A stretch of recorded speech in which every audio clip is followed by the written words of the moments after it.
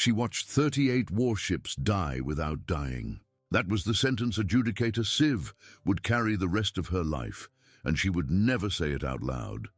The blockade had been perfect. 43 hulls locked around the station in a spherical net, every weapons array warm, every negotiator on the surface signing away the last of their sovereignty. Then a sound came through the long-range array. Something wordless, something small. 38 ships went still inside 90 seconds, weapons powering down like a fist unclenching, and Civ felt every one of her 11 resonance nodes go dark in a single wave of white silence. Not destroyed, just still. And on the fleet command bridge, standing at the observation glass, with her mouth open around a scream she could not push out, she understood that the war had already been lost 18 hours ago, in a maintenance corridor she had never bothered to name, by a human she had catalogued as irrelevant. Cut back. 18 hours before the ships went still. The air in Bay 3 of the Parish orbital station tasted of copper wire, ozone from an old ventilation coil, and the burnt sugar of a coffee that had been reheated so many times it had turned into something that was no longer coffee. Cal Merritt sat on an overturned toolbox with the offending cup between his knees and watched a light on the ceiling flicker in a pattern he had already stopped believing was random. Around him, the acoustic dampeners hummed at the frequency he had set them at 7 months earlier, a frequency the Velkashar negotiators found comfortable and which sounded to Cal like a refrigerator dying in another room. He was a wide, tired man with heavy hands and the beginning of a stoop that came from ducking through crawl spaces for 20 years. His coverall said Merit on the left breast and Noise on the right, because someone in requisitions had made a joke of it 3 years back, and Cal had never bothered to peel the patch off. Sound systems respond. The voice came over his shoulder radio in the flat tone the station used for anything short of a fire. Corridor 7 speaker is buzzing again. A Corridor 7 speaker is a museum piece, Cal said into his collar. I told them last month. They want it fixed by end of shift. Then they should give me a new one. Silence from the radio. Then do the paperwork. Cal took a sip of the coffee that was not coffee and did not answer. He had filed 8 requisition forms for a replacement coffee maker in Corridor 7, and 8 forms had come back with the same word stamped across them in the same maroon ink. Non-essential. He had filed a 9th one anyway. He did not expect anything different, but the ritual of filing it made him feel like a man who still worked in a place where paperwork meant something. Above him, on the diplomatic deck, adjudicator Civ was working her way through the human roster. The Velkashar rendered their names as harmonic chords, and the translation matrix in her ear compressed her name to 3 human syllables because the humans could not hear this 7th harmonic that meant more than half of who she was. She had accepted the shortening long ago.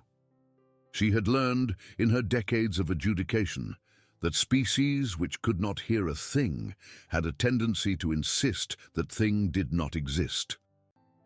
The roster listed 112 humans on Parish Station, diplomats, engineers, 1 medical officer, 3 children of the diplomatic staff. Civ catalogued them in the first hour after the blockade seals had gone into effect, because catalogue was what an adjudicator did before catastrophe, and this was going to be, by any honest accounting, a catastrophe. The conclave had spent 11 years pretending that the events at Parish Station in the previous cycle had been a training accident. The humans on this station had been given the same story. Their diplomats had come here in good faith, believing they were negotiating a mining lease. They were not. She reached the 79th name and paused. Cal Merritt, Sound Systems Maintenance Technician, Cargo Depot background, 0 military record. Current assignment, the acoustic dampeners on the diplomatic deck, 3 years on station. His personnel file had a niece listed as sole dependent and a note that she lived in the colony on the moon below and that Cal had accepted the reassignment specifically to be close to her. Siv spent 2 seconds on that file. The noise tender, irrelevant. She marked him low priority for evacuation, which on a blockaded station was another way of saying she did not expect him to matter to anything that mattered, and she moved on. Below her, in Bay 3, the noise tender put down his cup, stood up in stages the way tall men do when their knees have opinions, and walked out toward Corridor 7 with a satchel of parts on his shoulder and the smell of soldered copper on his fingers. He did not know he had 18 hours. The Corridor 7 speaker was, as promised, a museum piece. It had been installed when the station was built and had survived 4 upgrades because the mounting bracket was welded into a load-bearing rib, and moving it would have cost more than the whole audio system was worth. Cal had opened it so many times he could have done it in the dark, and once, during a power failure, had. He unscrewed the grill, laid it against the wall, and began tracing the buzz with the tip of a probe. The corridor was empty, except for a young Velkashar aide who was passing through on some errand from the upper deck. She was small for her species, no taller than Cal's shoulder, with the pale silver spine and the layered dorsal ridge that marked her as newly commissioned. She stopped at a polite distance and watched him work. "You are the sound person," she said. Her translation matrix rendered her voice as a soft, deliberate soprano. "I am the sound person," Cal agreed without looking up. "My name is a series of chords the matrix cannot compress well. It has picked Ari for public use. I hope that is acceptable." "Ari is fine, Ari. Sorry about the noise. Old speaker." She tilted her head, listening to the buzz he was chasing. Velkashar heard things humans could not hear. Cal knew this because he had spent 3 years tuning dampeners so that the ambient hum of station machinery did not make Velkashar diplomats feel like their skulls were vibrating. The buzz in the speaker did not apparently register as offensive to her. "The frequency is not painful," she said. "It is only, I think, incorrect." "That's a nice way to put it." She watched him a moment longer. Then, in a voice she probably did not think Cal would hear, she said, "You do not know." "Know what?" She looked at him. The dorsal ridge along her spine trembled once, a movement Cal had learned to read as embarrassment or fear. "I have said too much," she said. "Please forget I spoke." She turned and walked away with the careful, small gait of her people. Cal watched her go, then turned back to the speaker because there was nothing he could do about whatever a diplomatic aide had almost told him. He was the sound person. He fixed sounds. He did not know yet that the blockade had already sealed. On the Fleet Command Bridge, 43 ships had swung into position in a pattern the Velkashar strategy manuals called the closing chord. Weapons arrays warm, communication jammers active, and Consul Imrath, whose harmonic name the translation matrix rendered as 3 flat notes with no vowels, watched the tactical display with the still, satisfied posture of a man who had waited more than a decade for exactly this arrangement of ships in exactly this pattern of space. Siv stood beside him at a respectful distance and said, "The humans have not yet noticed." "They will," Imrath said. "In their own time, then they will sign." "And if they refuse to sign?" Imrath's ridge flexed in the movement his people used for a smile. "Then we exercise the alternative." Siv did not ask what the alternative was. She already knew. She had read the sealed conclave records from the previous parish incident, records only 3 living beings were permitted to read, and she had been chosen for adjudication of this operation specifically because she had read them and had not asked, afterwards, why the records had been sealed. 11 years ago, at this same station, a shipment of human cultural exchange materials had been permitted through inspection. Among the materials was a small recording device containing what humans called lullabies. A Velkashar customs inspector, curious, had activated the device in his booth. The playback had lasted 41 seconds. When station security opened the booth, they had found the inspector, and 3 colleagues collapsed on the floor, with their resonance nodes cascaded into permanent silence, a condition the medical literature called total node collapse, and which the Velkashar considered spiritually to be a form of death that left the body walking. The conclave had sealed the records.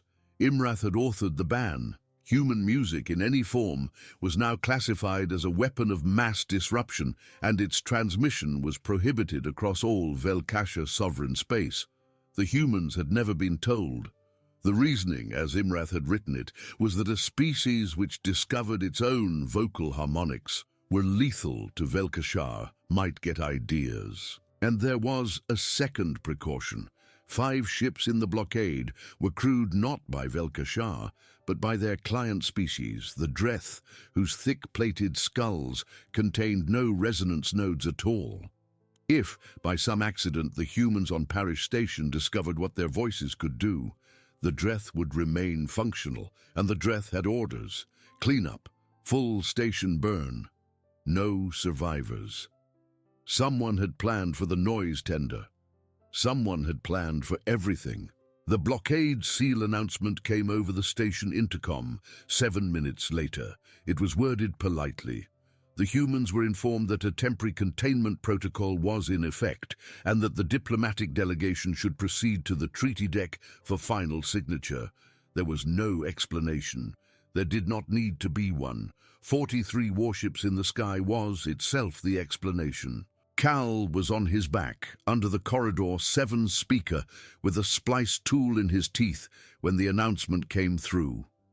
He listened to it in the same flat mood in which he listened to everything the station said about itself. Temporary containment protocol was the sort of phrase people used when they meant something that was not temporary. He finished the splice, tested the speaker, closed the grill, and picked up his satchel.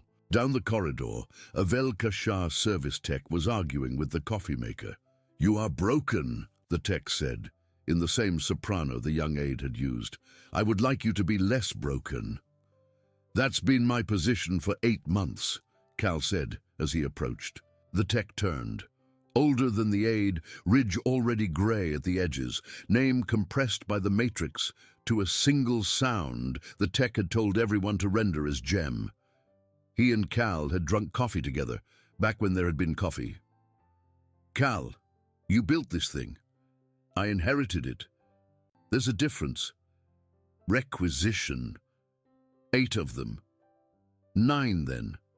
9, yes." Gem's ridge flexed with the almost laugh Velkashar used for tired humor.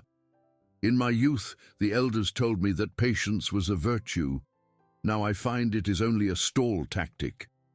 You picked up human sarcasm. I picked up nothing. I always had it. The translation matrix simply learned enough of your language to render it." They stood there a moment. The announcement had left an odd tension in the corridor, a stillness that felt less like calm and more like the second before a heavy object dropped. Cal glanced up at the ceiling as if he could see the ships through it. "That announcement," he said. "Do you know what that is?" Gem's ridge went still.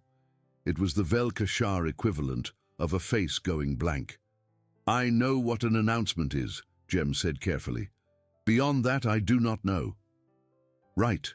I would suggest," Gem said very quietly, "that if you have a place on this station where you feel safe, you should go there, and that you should not, under any circumstance, attempt to broadcast to the fleet." Cal looked at him.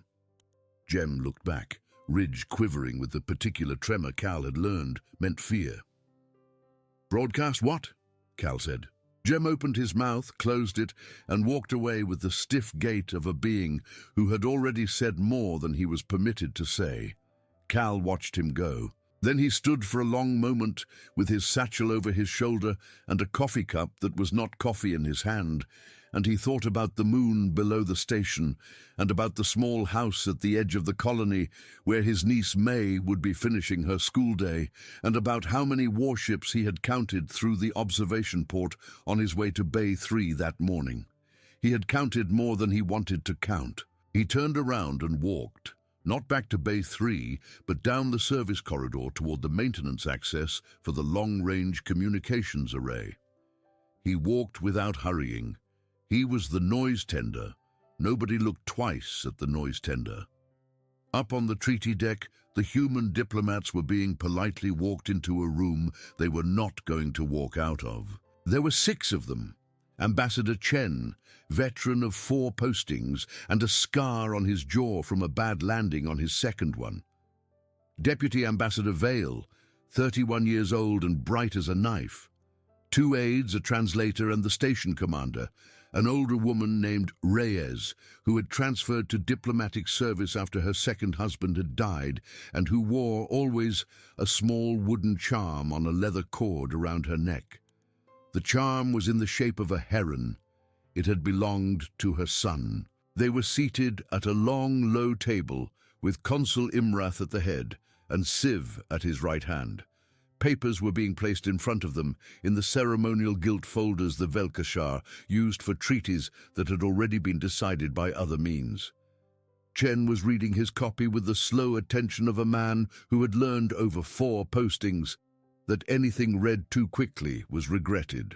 "Consul," Chen said at last, "this clause on communications, you are asking for exclusive right of transmission from this station."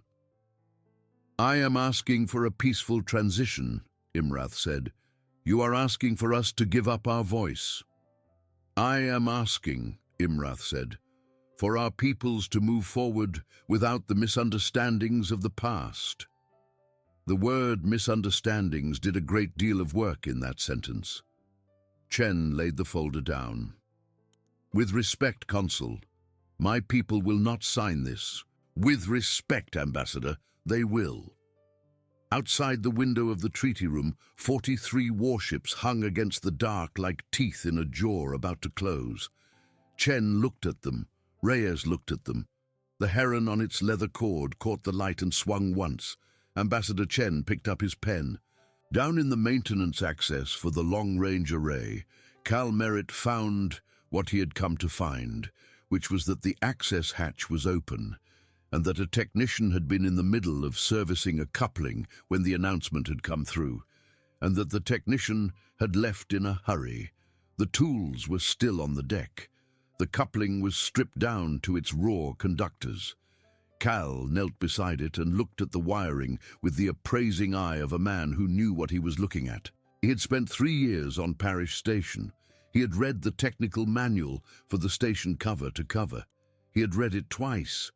He had done this the first time out of professional interest and the second time because the coffee maker in Corridor 7 had been broken for 2 months, and he had needed something to read on his breaks.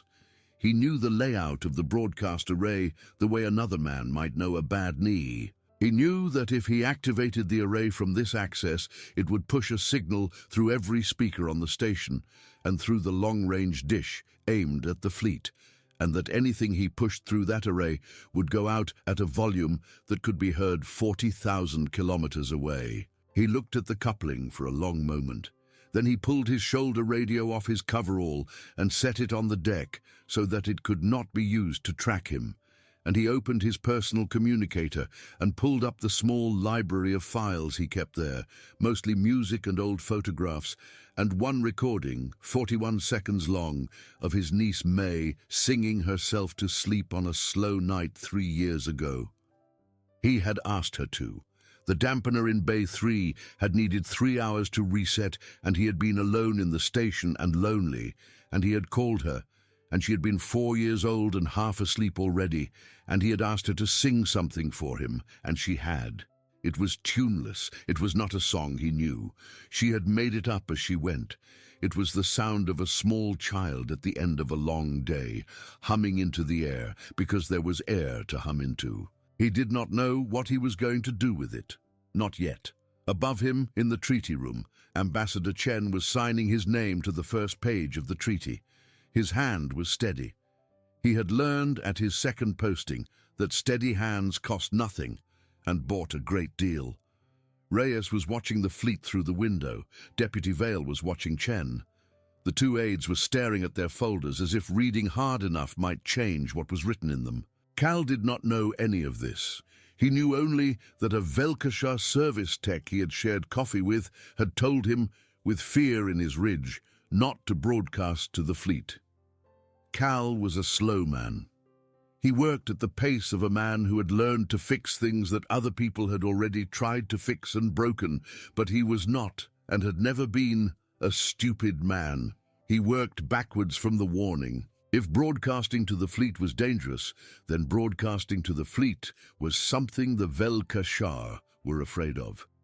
And if they were afraid of it, then they had built their strategy to prevent it, which meant broadcasting to the fleet was the one thing on this station worth doing. He did not activate the array. Not yet. He closed the hatch. He picked up his radio.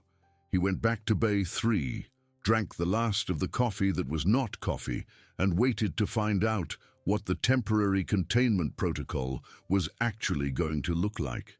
It looked, when it arrived, like a squad of Dreth soldiers moving through the residential corridors with rifles the size of a man's leg. The Dreth were a client species of the Velkashar, thick-shouldered, plated, with skulls that looked as though they had been carved out of a single block of grey stone. They did not speak much. They did not need to. Their rifles said everything. They began at the diplomatic quarters and worked downward. They gathered the human staff into the treaty deck's main hall, 68 people in the first sweep, and they did it without violence, because violence was not necessary when the alternative was made clear enough. Cal watched a group of them pass the entrance to Bay 3 from behind a stack of crates. He watched a young diplomatic aide named Miranda Halsey, who had brought him a pastry on his birthday, walk past with her hands on her head and her lip bleeding. She did not see him. He did not step out. He was not a soldier. He was, in the strict accounting of his life, a man who fixed sound systems and drank bad coffee.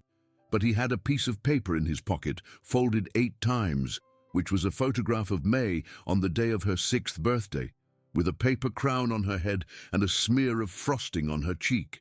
And he had a recording on his communicator, and he had read the technical manual twice. The Dreth passed. The corridor went still. Cal moved. He did not go back toward the long-range array, not yet. He went first to Bay 3 because he needed his tools, and he needed the specific tools he needed. And he was not, ever, going to be a man who improvised with the wrong tool when the right one was 2 corridors away. In Bay 3, he pulled a heavy tool belt from the rack, filled it with what he needed, and paused for 1 second at the counter where he kept the coffee cup that was not coffee. He picked up the cup. He drank the last of it, cold now and grainy, and he set the cup down carefully because it was the only cup in the world that had said merit on the side of it in Sharpie ink, written by his niece the last time she had visited the station. Then he walked out. The corridors were emptying. The soldiers had moved through most of the residential decks. Cal moved along the maintenance passages, the ones the Dreth did not know existed because the Dreth had not spent 3 years on this station reading the manual on their breaks. He was moving toward Corridor 7, and past Corridor 7 toward the access hatch he had already opened, when a small figure stepped out of a service alcove and blocked his path. It was Ari, the young aide. Her ridge was trembling like a plucked wire. "You are going to the array," she said. Cal stopped. "I do not know what you are talking about." "Please," she said. "Please, please, please, you are going to the array." Cal looked at her. She was small. She was terrified. Her matrix had rendered her voice as a soprano because the algorithm found it pleasing to human ears. He could hear, under the soprano, the higher chord the matrix could not translate, and it was, he thought, the sound of someone begging. "Ari," he said, "whose side are you on?" She stared at him. It was the first honest question anyone had asked her, he suspected, in a very long time. "I have a brother," she said. "On the moon," Cal blinked. "On the moon below us? The colony?" "He is a botanist. He came to study your food plants. He fell in love with a woman there. They have a child. The Dreth will burn the station, and then they will burn the colony, because they have been told the colony is a nest of witnesses. I have heard the orders. I was in the room. My people are not evil human. My people are afraid, and afraid people give evil orders. Cal felt something cold sit down in the pit of his stomach. "How many," he said, "are down there?" 14,000, perhaps more. My brother among them, your niece among them, I believe. I saw her file when I was in personnel. She has your mouth." The corridor was very quiet. Cal set his satchel down. He looked at the ceiling as if he could see through it, down through the deck plates and the hulls and the air, to a small house at the edge of a small colony where a 6-year-old girl was, right now, probably arguing with a schoolwork tablet. "Show me the fastest way to the array," he said. Ari's ridge went still. Then slowly she nodded. She took him through corridors he had not known existed, service passages the Velkashar used because their bodies were narrower than human bodies, and the passages were sized for them. Cal squeezed through spaces that scraped the paint off his coveralls. He did not complain. Ari moved ahead of him with the small, quick steps of her people, silent as a moth. Once, they had to press themselves flat against a bulkhead while a pair of Dreth soldiers walked past on the deck below, and Cal could hear the rifles clanking against the plating of their armor and could smell the machine oil on them, and he thought, calmly, that if the soldiers found them here, they would die here, and he thought more calmly still that this was acceptable if the alternative was May. They reached the access hatch. It was still open. The stripped coupling was still on the deck. "I cannot go further," Ari said. "If I am found here, I will be executed. You've done enough." "I have done nothing. Cal Merritt. If this works, if any of us live, please remember that not all of my people wanted this." "I'll remember." She left him. He heard her small footsteps go and then not come back. He knelt beside the coupling. Above him, on the Fleet Command bridge, Consul Imrath was smiling as much as his species smiled. The treaty had been signed.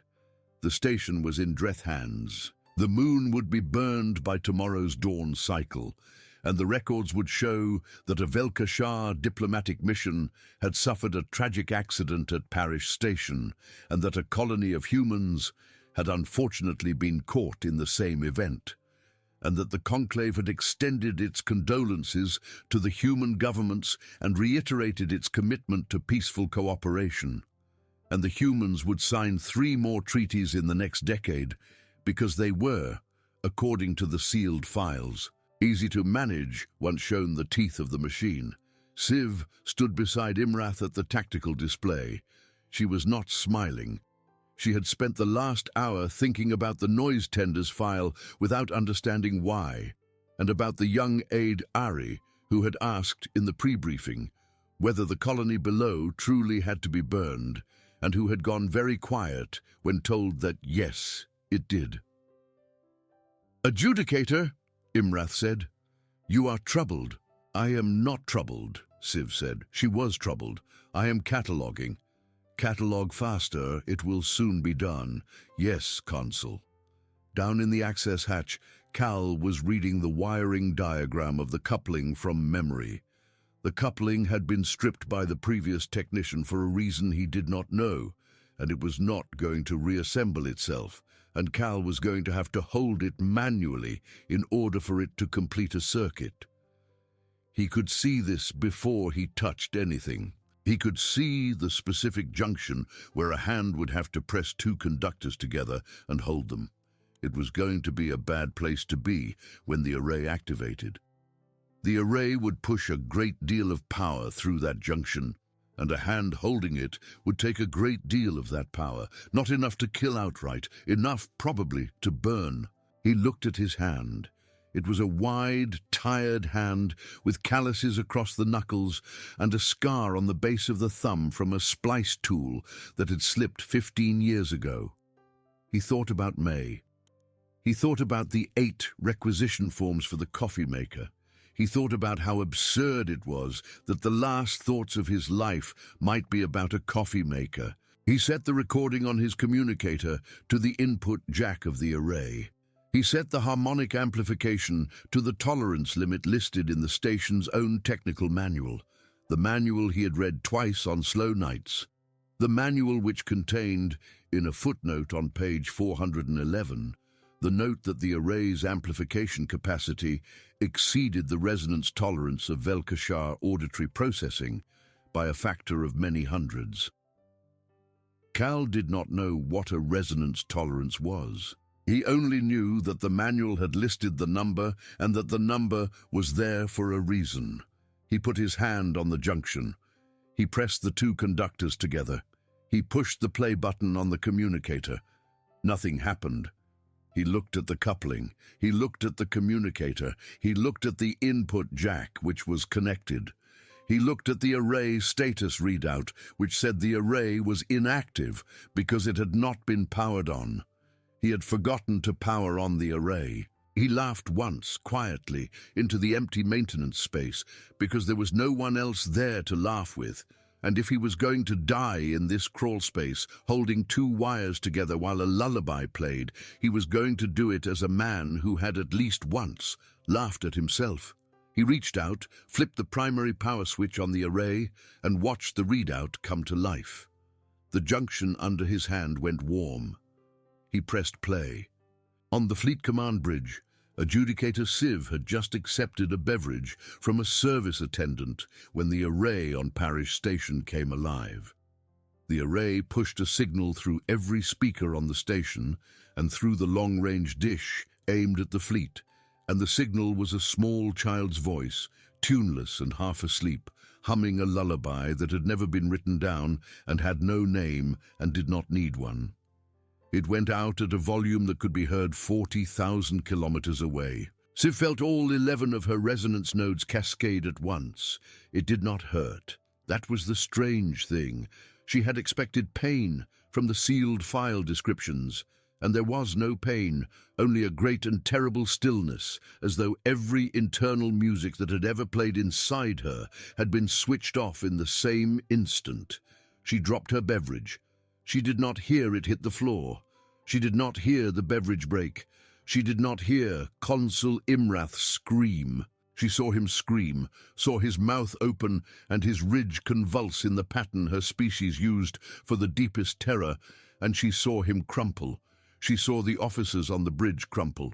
She saw the tactical display go dark as one by one the ships in the blockade fell silent as their crews fell where they stood. 38 of 43. She could see the tally on the display. The 5 Dreth-crewed ships were still lit. The Dreth ships began to move. They peeled out of formation with the mechanical precision of a species that had been trained to do exactly this. Their weapons arrays came around toward the station. Their communication channels lit up with orders in the flat, clipped Dreth tongue that Civ could understand only in fragments.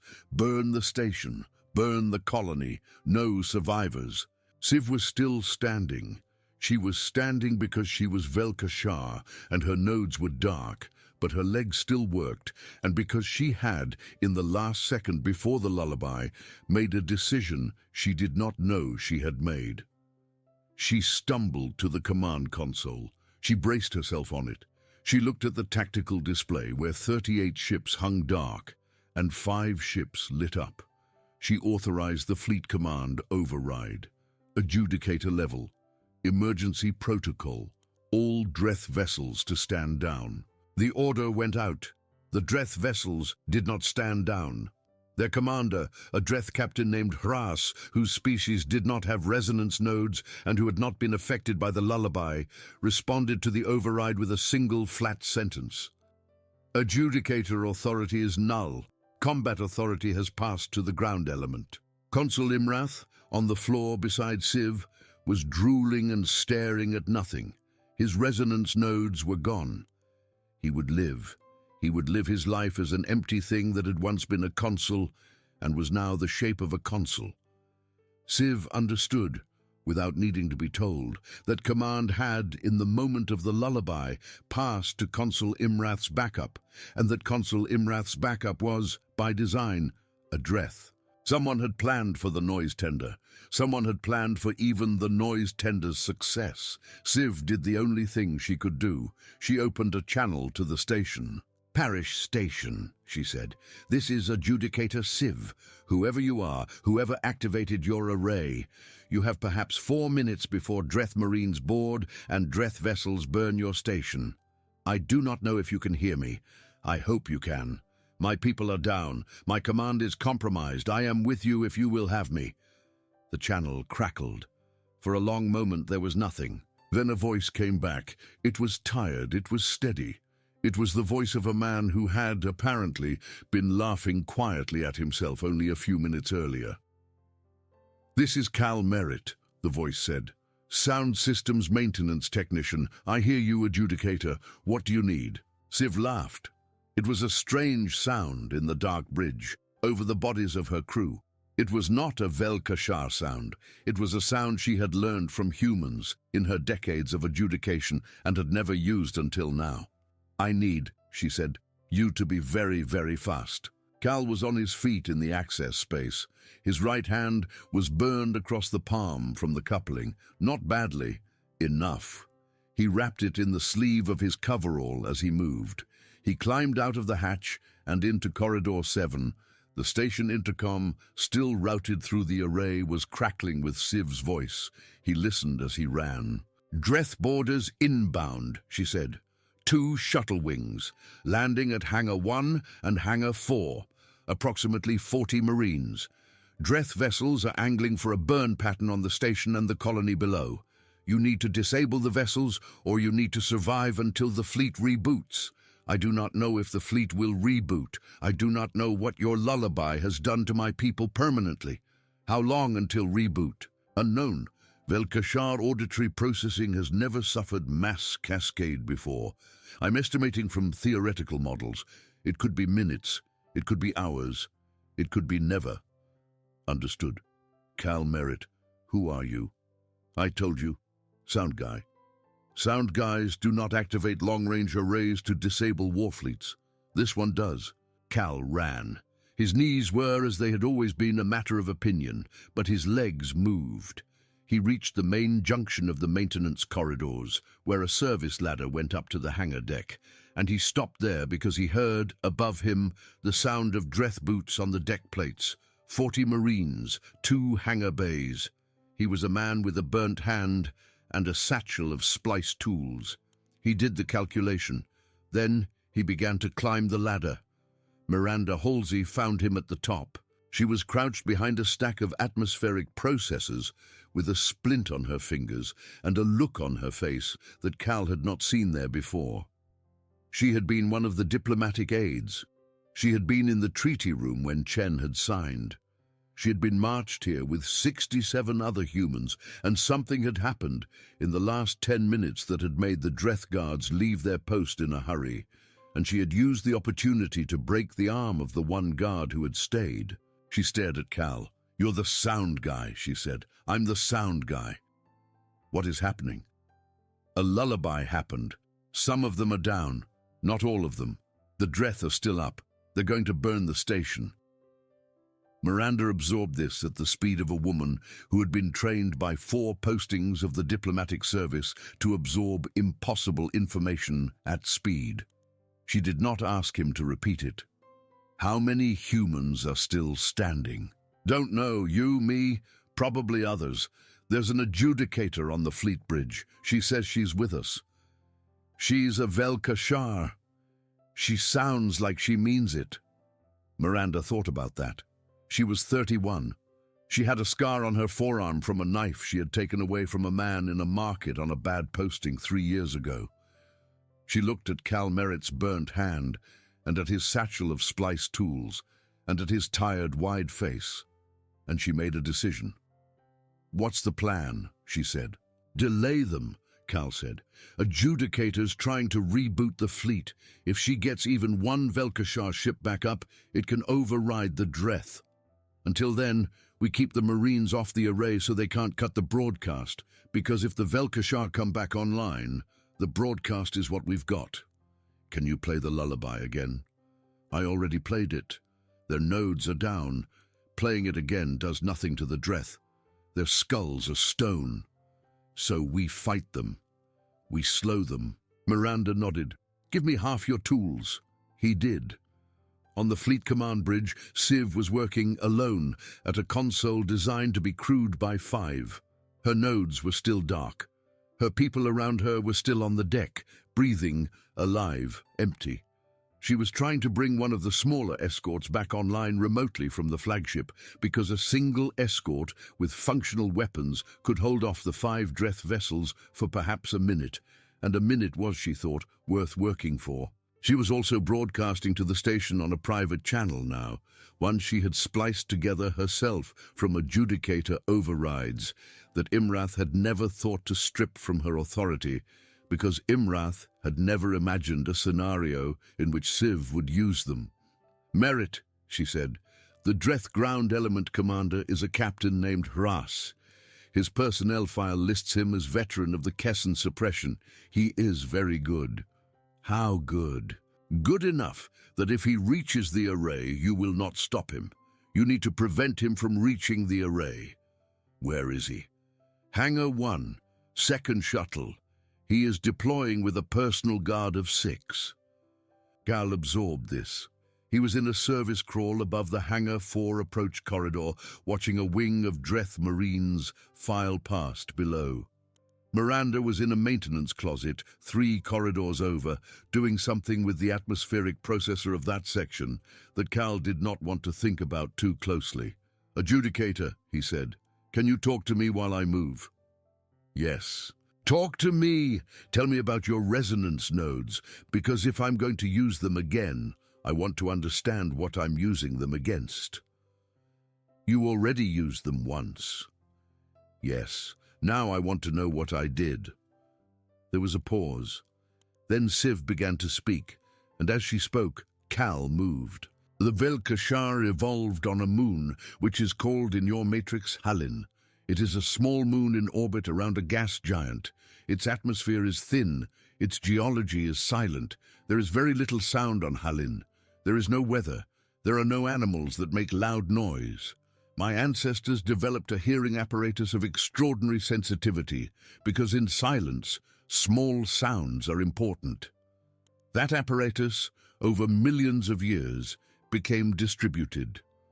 We do not hear only with our ears. We hear with a chain of resonance nodes along the dorsal ridge, 11 of them, which process vibration and convert it to what we call meaning.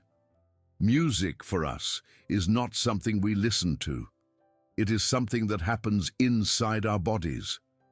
When a Velkashar hears a chord, the chord plays inside her spine. That's beautiful. It is a vulnerability. It's still beautiful. Civ paused. Then, yes, it is. Keep going. Human vocal cords are, by an accident of your evolution, capable of producing harmonic complexity that exceeds our tolerance for resonance. Your ordinary speech is safe. It is only when a human sings, and specifically when a human sings a certain kind of layered vocalization you call a lullaby or a hymn, that the harmonics enter a range that overwhelms our nodes. The recording you played was, I estimate, well within the range of ordinary human singing. Amplified through the array, it was catastrophic. Your niece did nothing wrong. She was simply a small human being a small human being with a small human voice. Cal was moving up a service ladder now. Above him, he could hear the boots of a Dreth patrol. He kept his voice down. How did the consul know? There was an incident 11 years ago on this station. A human recording device was activated in a customs booth. 4 Velkashar collapsed. The conclave sealed the records. Imrath was on the sealing committee. He wrote the ban afterward. He then, apparently, spent the 11 years since building the specific scenario in which he could conduct this blockade and burn any evidence. He built this, I have been thinking. He assigned you here. Cal paused on the ladder. Me? You specifically. Your reassignment paperwork 3 years ago. I'm reading it now on the flagship's records. It was signed off by an office that reports ultimately to Imrath. He needed a low-profile human on the station who could be tied to any accidental broadcast to make the eventual story hold. A cargo depot technician with a niece in the colony. Someone who could be blamed. Someone whose grief would explain a suicidal broadcast. Cal Merritt. You were meant to be his cover story. Cal held onto the ladder rung with his burnt hand and did not, for a moment, breathe. He put me here, he said, so that when he burned the colony, he could say I did it. Yes. He put me here. Yes. Cal absorbed this the way he had absorbed the news that the Dreth were coming, slowly, fully, without wasting motion. Adjudicator, he said. Reboot that escort. I am trying. Try faster. He climbed the last rung of the ladder. Corridor 5, Deck 2. The Dreth Marines who had been passing through the corridor had moved on. Cal moved to a service panel he knew and opened it and rerouted the local atmospheric processor. Miranda, in her closet, had done the same on her side. They were coordinating over a spliced channel Cal had built from a maintenance frequency the Dreth did not know to monitor. Between them, they were doing something to the atmospheric processes that Cal did not want to name out loud, but which involved reducing the oxygen content in the specific hangar corridors the Dreth were using, by a small enough margin that the Dreth might not notice for several minutes, and by a large enough margin that their reaction times would drop. It was a small thing. It might buy 30 seconds. 30 seconds was 30 seconds. Cal moved on. Miranda came out of her closet and moved on too. She had a plasma cutter she had lifted from a repair drone. It was not a weapon. It was a plasma cutter. It cut things. It would cut Dreth armor if she got close enough.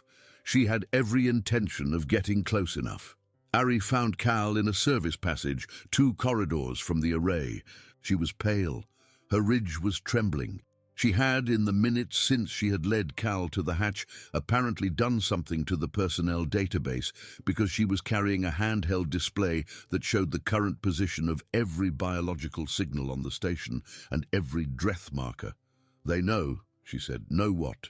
They know it was the array. Captain Hras is coming for it. He has 6 Marines with him. He will reach the array in perhaps 3 minutes. They will cut the broadcast, and then they will search for you. They can cut the broadcast. It's already done its work. They will search for you, Ari repeated. Cal Merritt, they will find you. And when they find you, they will make an example of you that the Conclave will send to every human diplomatic corps in the sector, and the human governments will do nothing because they will believe you were a mad technician who broadcast a weapon of mass destruction, and my people will look reasonable in comparison. Then I don't get found. Then you fight Captain Hras. With what? Eri looked down at her handheld display. She was very young. She had a brother on the moon. She had an hour ago been a diplomatic aide who had never thought about violence. She looked up at Cal. With me, she said, and whatever we can find. Cal looked at her. He was a wide, tired man with a burnt hand. She was a small alien with a trembling ridge. They stood in a service passage 2 corridors from a broadcast array and 40,000 kilometers above a moon where 2 of the people they cared about were, right now, probably eating dinner or arguing with a schoolwork tablet or watching the sky. All right, he said. All right, Ari. He opened his satchel. He took out a splice tool and a spool of high-gauge power cable and a small industrial magnet he had been carrying for a job he had never got around to. Here's the plan, he said. Down in the treaty room, Ambassador Chen was still alive. He was alive because the Dreth had, in the confusion of the fleet cascade, forgotten to reset the guard rotation on the treaty deck, and because Reyes, the station commander with the heron on the leather cord around her neck, had unclipped the charm, weighed it in her hand, and asked the one Dreth guard remaining in the room whether he had ever had a mother. The Dreth had looked at her. She had swung the charm on the leather cord, and while the Dreth had tracked the swing with the slow motion of a plated creature that did not enjoy being distracted, Reyes had come up behind him with the letter opener from the treaty desk and put it in the seam under his helmet. She had killed a Dreth Marine with a diplomatic letter opener. She was not proud of this. She was not ashamed of it either. She was 54 years old, and her son had died in a small war 23 years ago in a place none of the current war makers remembered. And she had been, for a long time, done with people who thought they knew what a small woman would and would not do. Chen was on his feet again. Vale was too. The other 4 humans in the room were breathing hard and staring at Reyes. Reyes wiped the letter opener on the Dreth's uniform and looked at Chen. "Ambassador," she said, "I suggest we retake this station." "With respect, Commander," Chen said. "Yes." They moved.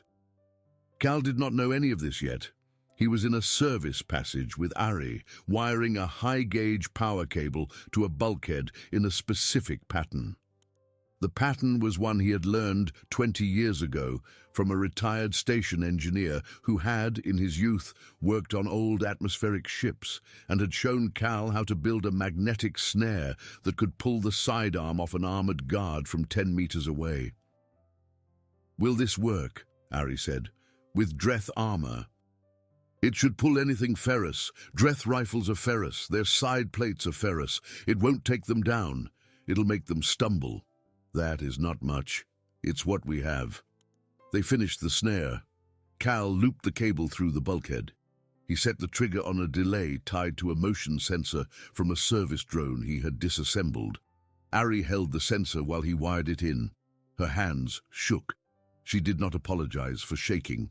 Overhead, the intercom crackled. Civ's voice. "Merritt, the escort is coming online. Estimated 90 seconds. Also, you have a hostile approaching your position. Captain Hras and 6. They are coming in fast." "How fast?" 1 minute. Cal looked at the snare. The snare was not going to be enough. Not for 7 Dreth. He had built it for 1 guard at a time. "Adjudicator," he said, "I need you to do one more thing. Ask, when the escort comes online, slave it to my communicator override.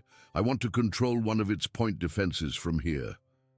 Civ was silent for exactly the length of time it takes a Vel-Kashar to swallow astonishment.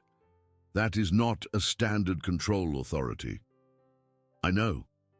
That would be a violation of every regulation I have ever adjudicated." "I know. It will be done." The line went dead. Ari stared at Cal. "You can fly a warship from your pocket. I can fire 1-point defense turret from my pocket, and badly, and once. Once will be enough."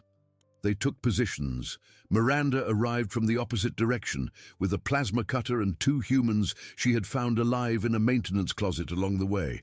An engineer named Marcus, a cook named Nate. Nate was crying quietly and did not stop crying even as he took the plasma cutter Miranda handed him and gripped it correctly. Marcus was pale but steady. He said, "I know how to short the personnel elevators." And Miranda said, "Do it," and Marcus did. The Dreth arrived.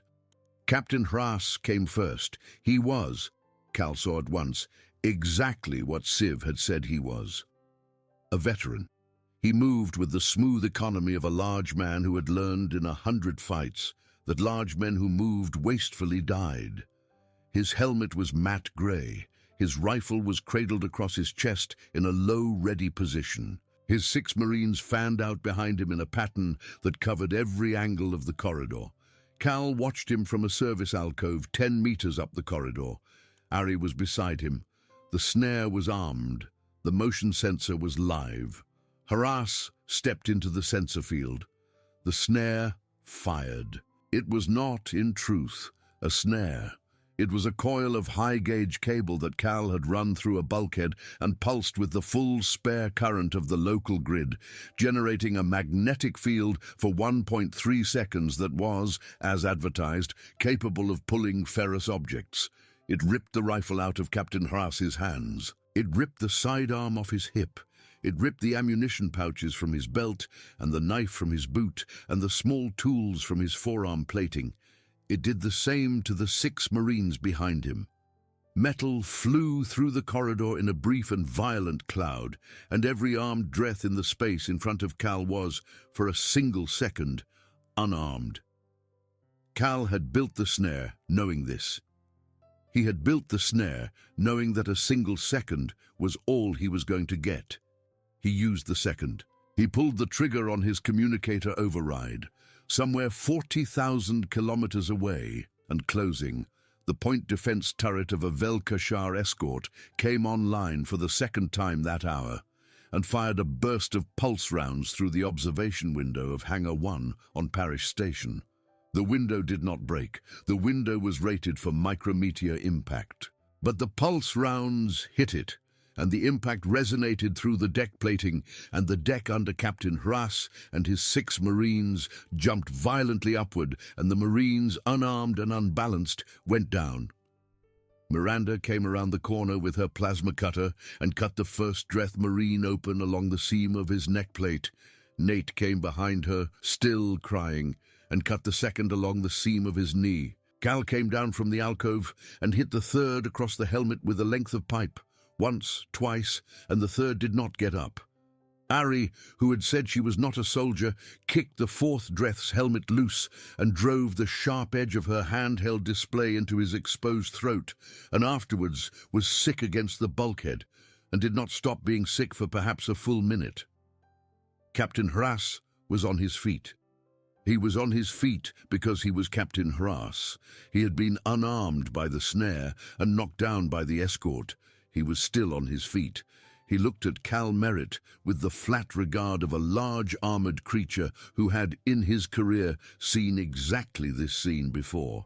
And Cal understood at once that the calmness was not calm at all. It was fury compressed to the point of stillness. Hras drew a combat knife from a sheath the snare had not reached, at the small of his back, and moved. Cal moved.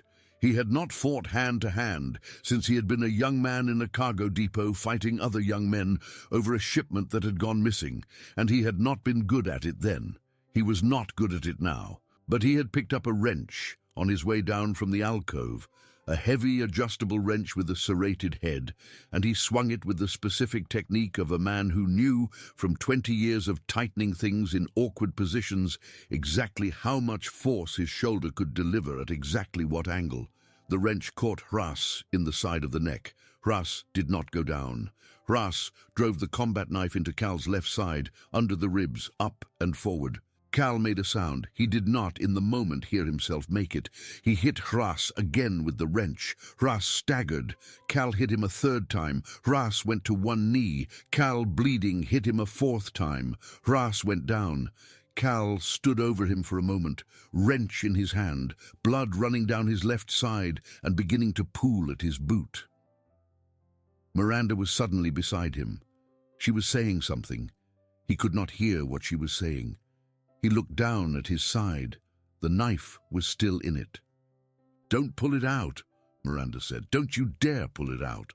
"I wasn't going to," he said, and he sat down on the deck, plating hard.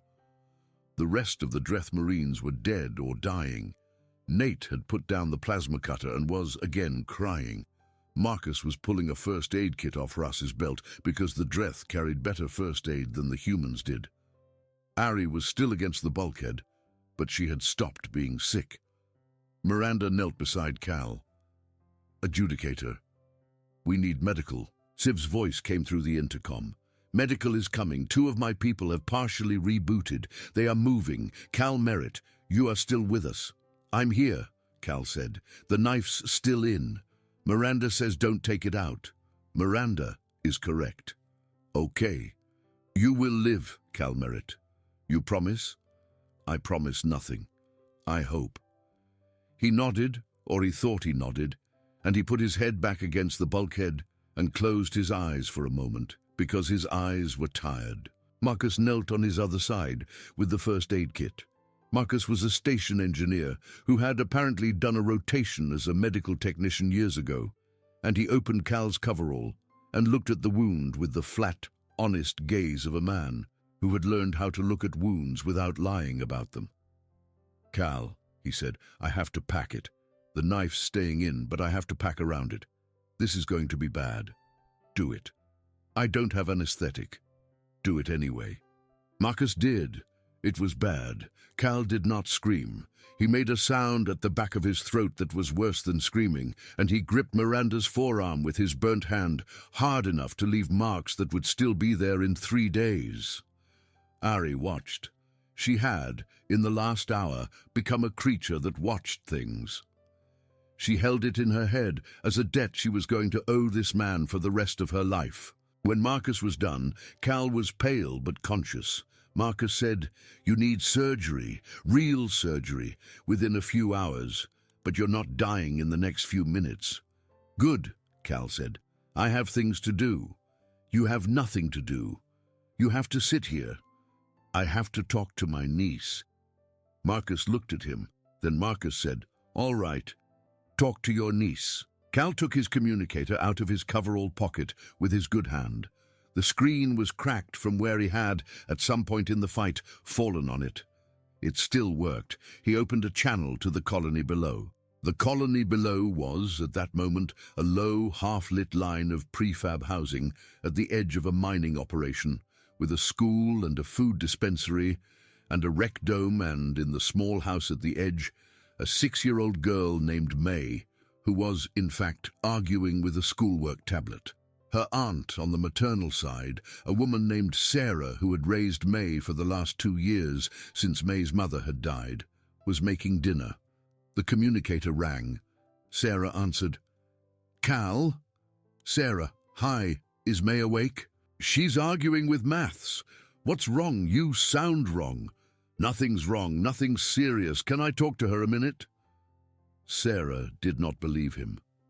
Sarah had, in her 49 years, learned exactly how her brother-in-law sounded when nothing was wrong, and this was not that.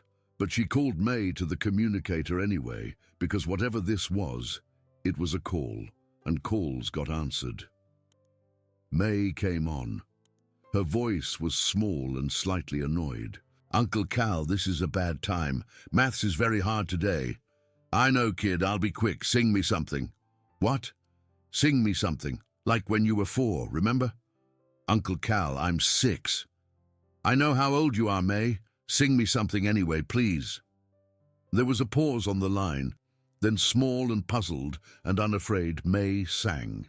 She sang the same tuneless nothing song she had sung 2 years ago in the small hours of a station night, because it was the only song she could think of on the spot, and because her uncle had asked. She sang for perhaps 20 seconds. Then she said, "That's it. That's all I remember." "That's perfect, May. Thank you." "Are you crying?" "I'm not crying." "You sound like you're crying." "I'm not crying. I have a cold." "Uncle Cal." "Yeah, kid." "Come home soon." "I'll try." He ended the call. He sat with the communicator in his hand for a long moment. Miranda was looking at the deck. Ari was looking at Cal with an expression the translation matrix could not have compressed if it had tried. Above them, in the flagship, adjudicator Civ was still working. Her nodes were still dark, but she had brought 4 escorts online, and the escorts had, one by one, targeted the 5 Dreth cruisers, and the Dreth cruisers had, one by one, understood that the situation had reversed. They had opened fire, so had the escorts. The battle above the station lasted 11 minutes, and it was ugly, and it ended with 3 of the Dreth cruisers destroyed and 2 disabled and adrift, and with the Velkashar escorts scorched and vented and functional. The Dreth Marines on the station were rounded up over the following hour by a combined force of humans, partially recovered Velkashar diplomatic staff, and Ari, who had, at some point, picked up a Dreth sidearm and started giving orders. She was a small alien with a trembling ridge. She was giving orders. People were following them. Cal was carried to the medical bay on a stretcher. He complained about the stretcher because he could walk. Marcus told him to shut up. He shut up. In the medical bay, a Velkashar surgeon, whose nodes were slowly, painfully rebooting, stitched him up and stabilized him. The surgeon was quiet during the operation. When she was done, she looked at Cal, whose eyes were open, and said, "You are a strange kind of predator, Cal Merritt." "I fix speakers," Cal said. "You fix speakers," the surgeon agreed. "Yes." The full accounting came in over the next several hours. 38 of 43 Velkashar warships had suffered total node cascade in their crews. Most crews would recover, some would not. Consul Imrath was among those who would not. He would live his life as an empty thing that had once been a consul. Civ, on the flagship, filed her adjudication report and in the report formally accused Imrath of orchestrating an unauthorized extermination attempt against a human colony and asked the conclave to convene an emergency tribunal. The tribunal was convened. It sat in emergency session for 3 days. Cal was called to testify on the second day. He was still in a medical brace. His side was healing but slow. Marcus had told him in confidence that he was going to have a limp for the rest of his life, and Cal had said, "I already have a limp," and Marcus had said, "You're going to have a worse one." He walked or hobbled into the tribunal hall on the flagship. The hall was long and low, in the Velkashar style, and it was filled with tiered benches on which Velkashar adjudicators sat in silence. Their ridges were, for the most part, still. Some were quivering with the tremor of nodes that had not fully rebooted. Civ sat at the low table at the front. She rose when Cal entered. It was a courtesy her people did not normally extend to humans. She did it anyway. "Cal Merritt," she said. "Sound Systems Maintenance Technician of Parish Station. This tribunal has, on the recommendation of the acting consul, resolved to acknowledge the debt owed by the Velkashar people to your action and to inquire what commendation, remedy, or reward you request." Cal stood at the low table. He had been briefed by Chen and Reyes for 2 hours on what to say and what not to say, and he had ignored all of it because he was Cal Merritt, and he had never in his life given the answer someone had briefed him to give. He looked at Civ. He looked at the tribunal. He thought about May. He thought about the small child who had, without knowing it, saved a moon. "2 things," he said. The tribunal waited. "First," Cal said, "there's a colony down there, 14,000 people. My niece is one of them. The Dreth were going to burn it. I want a treaty in writing that says that colony is protected, not by the conclave's good manners, not by anybody's word, by a treaty that says in specific language that any move against that colony is a move against the full weight of the Velkashar fleet. I want it to be so ugly a thing to break that nobody bothers to try. I want the treaty on record before I go home." The tribunal made a soft sound, the sound of a great many ridges moving at once. Civ inclined her head. "You will have it, Cal Merritt." "Second," Cal said. He paused. He was aware that the second thing was going to be strange to them. "I want," he said, "a week off and a working coffee maker for Corridor 7 of Parish Station. The old one has been broken for 8 months. I filed the paperwork." The tribunal did not, for a moment, understand. Civ looked at him. Then Civ did something that a Velkashar adjudicator had not, in the recorded history of her service, ever done in a tribunal hall. She began to laugh. It was the strange, human, learned laugh she had used on the fleet command bridge over the bodies of her crew. It rang in the low hall. Slowly, the tribunal caught it, or something like it. Their ridges quivered in the almost laugh they used for tired humor. It filled the room. "Cal Merritt," Civ said at last, "you will have your week. You will have your coffee maker." "Thank you." You will have a conclave order requisitioning 10 coffee makers, in fact, so that we may hold 2 in reserve and 8 to be sent to your niece as a gift from the acting consul of the Velkasha conclave, along with an official communication from the conclave stating that she is not, in the eyes of any Velkasha record, a small human child, but a diplomatic instrument of the First Order. Please don't send my niece 8 coffee makers. We will send her 1, and a formal medal, and a note. The note is fine. Don't tell her about the medal. Why not? She's 6. If she finds out she saved a moon, she'll want to save 2. The tribunal laughed again. It was a good laugh. It was a laugh from the far side of a very bad day. The treaty was signed within the week. It was called, in the Human Diplomatic Corps, the Merit Protocol, and in the Velkasha records, a chord Siv had composed specifically for it, in the harmonics her people used for oaths. Chen filed it under his own signature. Reyes filed a copy in her private records because Reyes had, in her career, learned that private copies of treaties were worth more than public ones. The colony below Parish Station was, on that day and every day after, safe.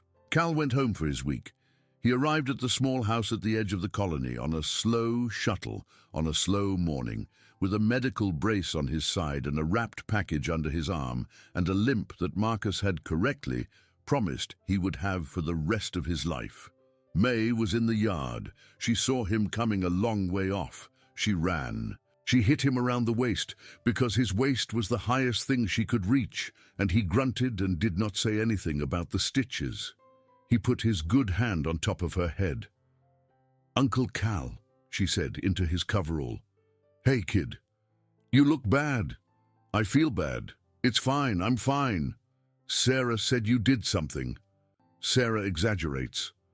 "Sarah does not exaggerate." "Sarah exaggerates," Cal said again, firmly.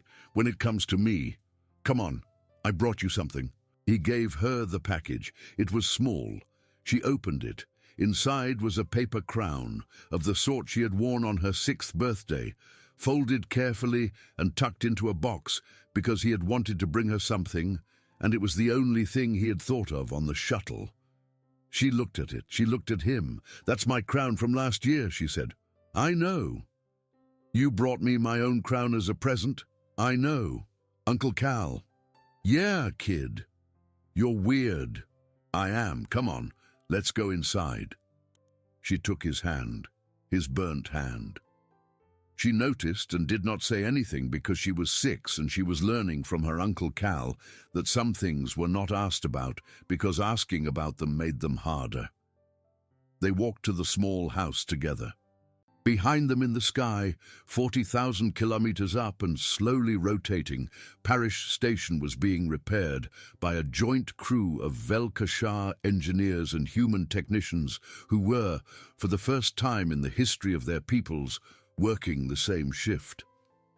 On Corridor 7 of the station, a shining new coffee maker had been installed by a Velkasha service tech named Jem, who had, in his personal log, written a single line about the installation. The line said, "The noise tender's coffee maker works. This is, I think, the most important thing anyone has ever installed on this station." On the flagship of the fleet, Adjudicator Siv sat at her console and composed a chord in the harmonics her people used for treaties, which contained, embedded in its 6th harmonic, a small, tuneless nothing. Song a Velkasha diplomatic instrument of the First Order had once sung, at 4 years old, into her uncle's communicator on a slow station night. The chord would be sung on Velkasha oath days for centuries. Cal did not know this. Cal was sitting at the small kitchen table in the small house at the edge of the colony, with his niece under his good arm and a cup of coffee in front of him. And it was a good cup of coffee, brewed on a coffee maker that was not broken, and he was, for the first time in a very long time, tired in the way of a man who had done the thing that needed doing and was allowed to stop. Sarah put a plate in front of him. He looked at it. "What's this?" "Dinner. Eat it, you lost weight." I didn't lose weight. You lost weight, Cal. Eat. He ate. Adjudicator Civ, on her flagship, filed her final report on the parish incident. She wrote it in the flat, precise language her people used for official records. She wrote it well, but at the end, in a private annex not intended for the public archive, she wrote a single additional line. The line said, "The humans are not invincible. I have seen a human bleed. I have seen a human weep quietly into a communicator while a small human child sang. They are not invincible. They are only very, very stubborn, and they have someone worth being stubborn for." She saved the line to her personal archive. She did not share it. It was, she thought, the sort of thing an adjudicator kept for herself. Then she went to look at the tactical display, where the tally still showed the final numbers of the blockade, and she thought about the noise tender in his small house on a moon, drinking a good cup of coffee, and she thought about the coffee maker on Corridor 7, and she thought, with the small, tired satisfaction of a being who had, in a hard week, done a hard thing correctly, that if all the ledgers of the galaxy had to be balanced against a single, small, tuneless song, then the ledgers of the galaxy were, in the end, in reasonably good hands. What a journey! What a small, terrible, beautiful thing a voice can be! The real weapon in this story was never the array, and never the lullaby, and never the wrench in a tired man's hand. The real weapon was a 6-year-old girl in a small house who trusted her uncle enough to sing when he asked her to, and an uncle who loved her enough to build an entire moon's safety around her. If this story hit you the way it hit me, drop a like, because that's what keeps stories like this one on the air. Share it with someone who loves science fiction, where the human is the one the galaxy underestimates, and subscribe with the bell on so you don't miss the next HFY epic waiting in the queue. Now tell me in the comments, would you be Cal, holding 2 wires together with a burnt hand while a child's voice goes out to a fleet? Or would you be Civ, choosing to stand with the enemy who just crippled your people because it was the right thing to do? Keep an eye on the empty places out there. Keep looking at the stars.